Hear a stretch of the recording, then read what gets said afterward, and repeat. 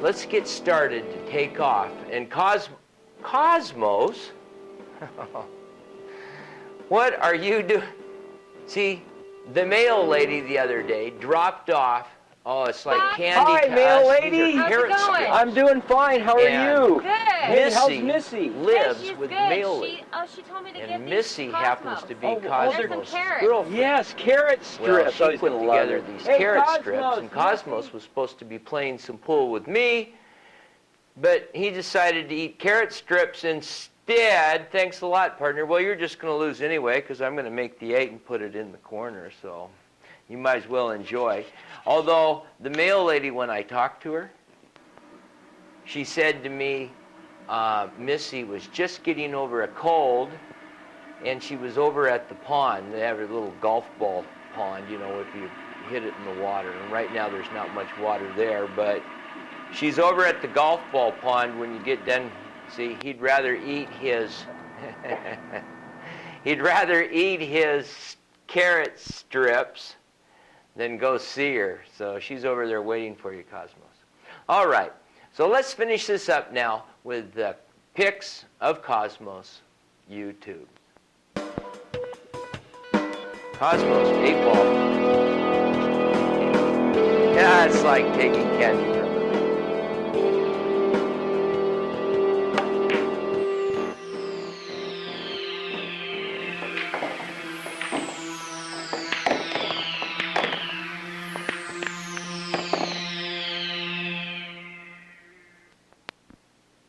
So let's take a look at the seafloor now on the main fish drag in front of the stump hole.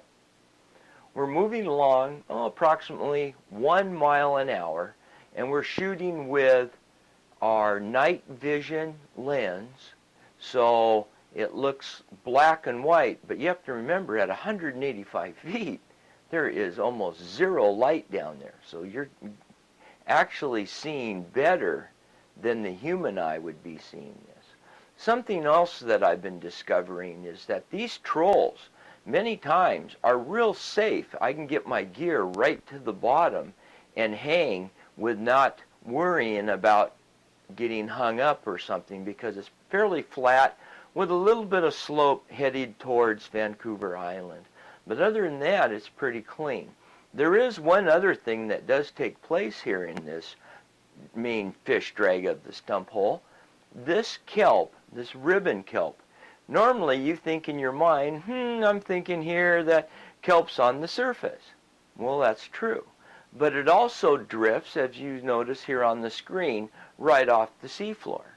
So my point is, when I'm out fishing and I think maybe I got a bite and my release kicked off and there's nothing there, chances are it was a big piece of kelp floating just above the seafloor, and it hooked onto it and released it. So now let's look to the east, Pillar Point, and over to the stump hole, so we have a little bit better understanding of where it's located.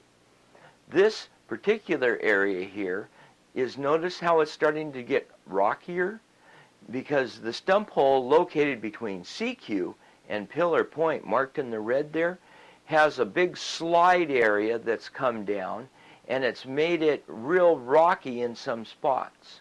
Of course, the coal mine, waterfall hole, and the stump hole, all in this area have produced the state record king coming off of a seafloor. So it's an easy area to troll. And also the legends, the myths, the stories of sea monsters and things on the beach. Like I found here of a case. I looked inside and there was a scroll with all this information about a magical rabbit with special powers. They put him to sleep because the boat was sinking. So when we found him, we followed the directions and brought him back to life. And bringing him back to life, you look into his right eye, you can learn about really cool, fun things, the good things in life. You look into his left eye, though, you're not going to like what you see. These are the hard things of life. Given a chance, maggots will eat you. Let's just agree that common sense goes a long ways.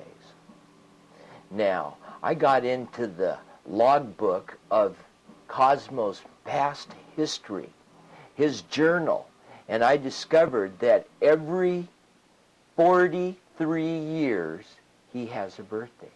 And this last birthday of October was on the full moon. And they celebrated, and actually the man in the moon showed himself to me with the camera for the first time. They celebrated all night long and had a good time doing it. But there you go, proof that there is a man in the moon. He's a pal of Cosmos, and you won't see him again for 43 more years. And according to the papers here that I'm reading in his journal, Cosmos, no wonder you look beat up and tired. He's over 1,400 years old. He's been in 3 shipwrecks. Wow. Whoa, one tough buck bunny. Right, Cosmos?